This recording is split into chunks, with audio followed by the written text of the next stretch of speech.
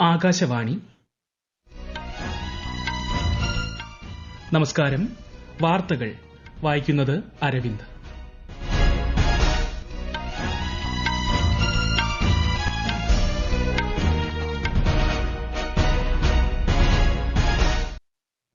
പ്രധാന വാർത്തകൾ. പ്രധാനമന്ത്രി നരേന്ദ്രമോദി ഇന്ന് മുംബൈയിൽ 29,400 കോടി രൂപയുടെ വിവിധ വികസന പദ്ധതികൾക്ക് തുടക്കം കുറിക്കും. 7 സംസ്ഥാനങ്ങളിലെ 13 നിയമസഭാ സീറ്റുകളിലേക്ക് നടന്ന ഉപതെരഞ്ഞെടുപ്പിൽ വോട്ടെണ്ണൽ പുരോഗമിക്കുന്നു. INDI സഖ്യകക്ഷികൾക്ക് മുന്നേറ്റം. രാജ്യത്തെ ജലഗതാഗത മേഖലയുടെ ഏകീകൃതവും സമഗ്രവുമായ വികസനം ലക്ഷ്യമിട്ട് സംസ്ഥാന ജലഗതാഗത സമിതികളുടെ യോഗം ചൊവ്വാഴ്ച. IIT ഡൽഹിയും പ്രസാർ ഭാരതിയും സംയുക്തമായി സംഘടിപ്പിക്കുന്ന ദ്വിദിന റോബോട്ട് മത്സരം DD റോബോകോൺ ഇന്ത്യ 2024 ഇന്ന് ഡൽഹിയിൽ തുടക്കം. രാജ്യത്ത് പരക്കെ മഴയ്ക്ക് സാധ്യതയെന്ന് കേന്ദ്ര കാലാവസ്ഥാ വകുപ്പ്. കേരളത്തിൽ കാലവർഷം വീണ്ടും ശക്തി പ്രാപിക്കുന്നു.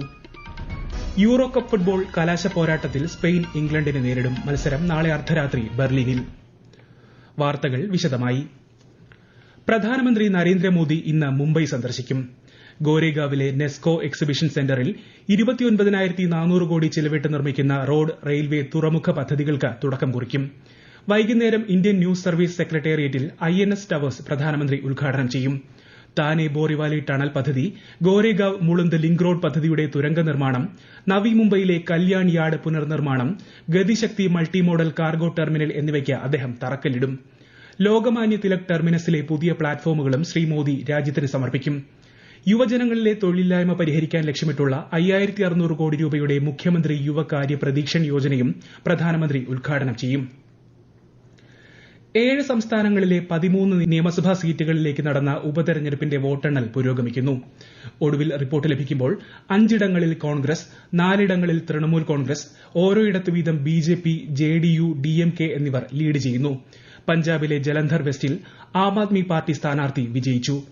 പശ്ചിമബംഗാളിലെ റായ്ഗഞ്ച്, റാണഘട്ട് ദക്ഷിൻ, ബാഗ്ദ, മണിക്തല, ഹിമാചൽ പ്രദേശിലെ ഡെഹ്റ, ഹാമിർപൂർ, നലഗഡ്, ഉത്തരാഖണ്ഡിലെ ബദ്രിനാഥ്, മംഗളൂർ, ബീഹാറിലെ രൂപൌലി, മധ്യപ്രദേശിലെ അമർവാര, തമിഴ്നാട്ടിലെ വിക്രവണ്ടി, പഞ്ചാബിലെ ജലന്ധർ വെസ്റ്റ് എന്നിവിടങ്ങളിലേക്കാണ് ബുധനാഴ്ച വോട്ടെടുപ്പ് നടന്നത്.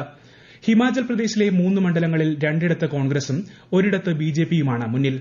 പശ്ചിമബംഗാളിലെ 4 TMCക്കാണ് ലീഡ്. കേന്ദ്ര തുറമുഖ ഷിപ്പിംഗ് മന്ത്രാലയത്തിന്റെ നേതൃത്വത്തിൽ സംസ്ഥാന ജലഗതാഗത സമിതികളുടെ യോഗം ചൊവ്വാഴ്ച സംഘടിപ്പിക്കും. സംസ്ഥാനതല ജലഗതാഗത മാസ്റ്റർ പ്ലാനുകൾ, ക്രൂയിസ് ടൂറിസം, നഗര ജലഗതാഗതം, മാരിടൈം നയങ്ങളുടെ രൂപീകരണം തുടങ്ങിയവ വിദൂര ദൃശ്യ സംവിധാനത്തിലൂടെ നടക്കുന്ന യോഗം ചർച്ച ചെയ്യും. രാജ്യത്തെമ്പാടുമുള്ള ജലഗതാഗത മേഖലയുടെ ഏകീകൃതവും സമഗ്രവുമായ വികസനം ലക്ഷ്യമിട്ടാണ് യോഗം.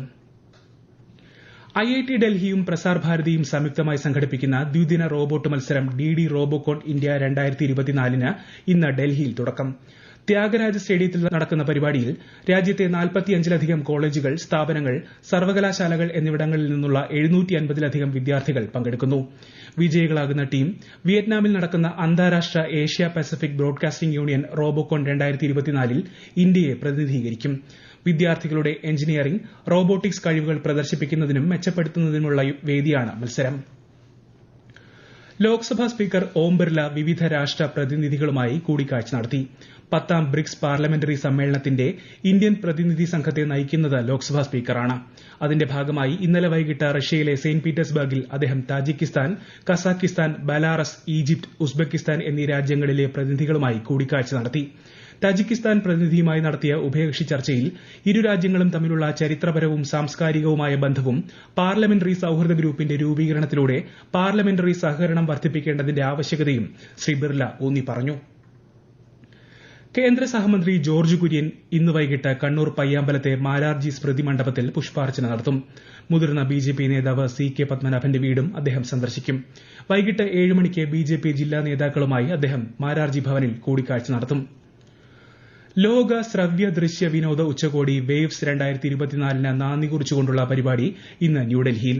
കേന്ദ്ര വാർത്താ വിതരണ പ്രക്ഷേപണ മന്ത്രി അശ്വനി വൈഷ്ണവ്, സഹമന്ത്രി L മുരുകൻ എന്നിവരാണ് മുഖ്യാതിഥികൾ. കാവേരി നദിയിലെ ജലം തമിഴ്നാട്ടിലേക്ക് തുറന്നുവിടണമെന്ന കാവേരി വാട്ടർ റെഗുലേറ്ററി കമ്മിറ്റിയുടെ ഉത്തരവിനെതിരെ അപ്പീൽ നൽകാൻ കർണാടക സർക്കാർ തീരുമാനിച്ചു.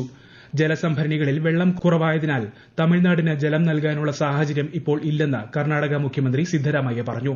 ഇത് സംബന്ധിച്ച് ബംഗളൂരുവിൽ ചേർന്ന സർവകക്ഷി യോഗത്തിലാണ് മുഖ്യമന്ത്രി തീരുമാനം അറിയിച്ചത്. കാവേരിയുടെ കുറുകെയുള്ള 4 ഡാമുകളിലും നീരൊഴുക്ക് 28% കുറഞ്ഞിട്ടുണ്ട്. നിലവിൽ കൃഷിക്ക് ആവശ്യമായ ജലം മാത്രമാണ് ഡാമുകളിൽ ഉള്ളതെന്നും അദ്ദേഹം വ്യക്തമാക്കി. ഈ വാർത്തകൾ ആകാശവാണിയിൽ നിന്ന്. ആകാശവാണി വാർത്തകളും വാർത്താധിഷ്ഠിത പരിപാടികളും all India radio news Thiruvananthapuram എന്ന യൂട്യൂബ് ചാനലിൽ ലഭ്യമാണ്. കൂടുതൽ വാർത്തകൾക്കായി @all India radio news Thiruvananthapuram എന്ന ഫേസ്ബുക്ക് പേജും @ARnews_TVM എന്ന എക്സ് ഹാൻഡിലും സന്ദർശിക്കാം. യൂറോ കപ്പ് ഫുട്ബോൾ കലാശ പോരാട്ടത്തിൽ നാളെ സ്പെയിൻ ഇംഗ്ലണ്ടിനെ നേരിടും. നാളെ അർദ്ധരാത്രി ബെർലിനിലാണ് മത്സരം. 4ാം കിരീടം ലക്ഷ്യമിട്ടാണ് സ്പെയിൻ ഇറങ്ങുന്നത്. ഇംഗ്ലണ്ടിന് തുടർച്ചയായ 2ാം ഫൈനലാണിത്.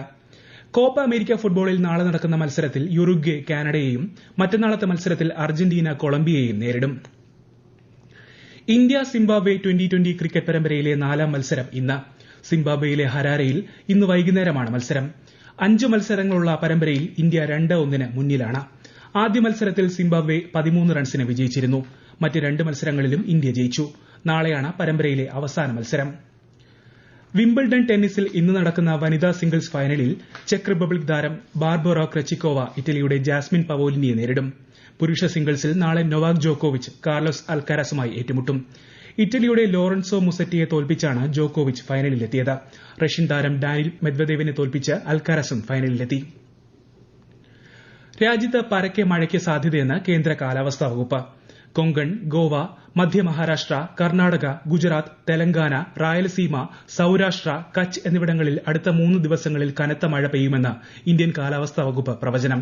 അതേസമയം അസം, മേഘാലയ, ഒഡീഷ, പശ്ചിമബംഗാൾ, സിക്കിം, ബീഹാർ, ഉത്തരാഖണ്ഡ്, കിഴക്ക് പടിഞ്ഞാറൻ ഉത്തർപ്രദേശ്, അരുണാചൽ പ്രദേശ് എന്നിവിടങ്ങളിൽ നാളെ വരെ കനത്ത മഴയ്ക്ക് സാധ്യത. രാജസ്ഥാൻ, ജാർഖണ്ഡ്, ഛത്തീസ്ഗഡ്, ഹിമാചൽ പ്രദേശ്, ആൻഡമാൻ നിക്കോബാർ ദ്വീപുകൾ, നാഗാലാന്റ്, മണിപ്പൂർ എന്നിവിടങ്ങളിലെ ചില ഭാഗങ്ങളിലും ഇന്നും നാളെയും ശക്തമായ മഴയ്ക്ക് സാധ്യതയുണ്ട്.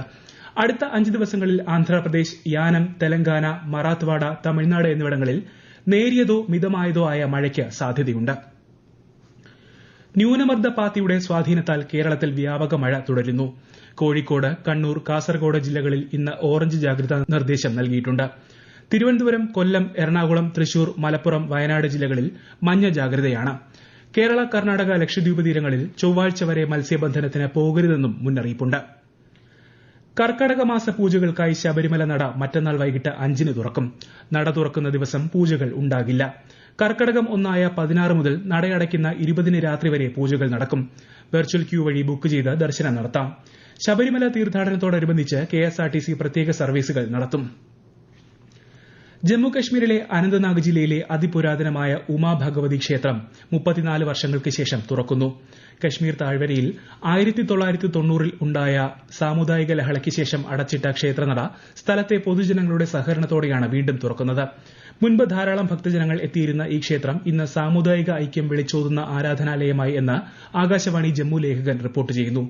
5 നീരുറവകൾക്ക് നടുവിലായാണ് ക്ഷേത്രത്തിലെ ഉമാഭഗവതി പ്രതിഷ്ഠ. ത്രിപുര, അസം സംസ്ഥാനങ്ങളിലെ 120ഓളം ഗ്രാമീണ റോഡ് പദ്ധതികൾക്ക് കേന്ദ്ര സർക്കാരിന്റെ അനുമതി. പ്രധാനമന്ത്രി ഗ്രാമീണ റോഡ് പദ്ധതിക്ക് കീഴിലാണ് 681 കിലോമീറ്റർ ദൈർഘ്യമുള്ള റോഡുകളും 14 പാലങ്ങളും നിർമ്മിക്കാൻ അനുമതി നൽകിയത്. 492 കോടി രൂപ ചിലവിലാണ് നിർമ്മാണം. വടക്ക് കിഴക്കൻ മേഖലയിലെ ഗ്രാമീണ കണക്ടിവിറ്റി, സാമ്പത്തിക വികസനം എന്നിവയ്ക്ക് ഈ റോഡുകൾ സഹായകമാകുമെന്ന് കേന്ദ്ര സർക്കാർ വ്യക്തമാക്കി. ത്രിപുരയിലെ ദുർബല ഗോത്ര വിഭാഗങ്ങളുടെ ഉന്നമനത്തിനും ഇവ ചാലകശക്തിയാകുമെന്ന് ഗ്രാമീണ വികസന മന്ത്രാലയം അറിയിച്ചു. അമർനാഥ് ഗുഹാക്ഷേത്രത്തിലേക്ക് 4669 പേരടങ്ങുന്ന പുതിയൊരു തീർത്ഥാടക സംഘം ജമ്മുവിൽ നിന്നും കശ്മീർ താഴ്വരയിലേക്ക് പുറപ്പെട്ടു.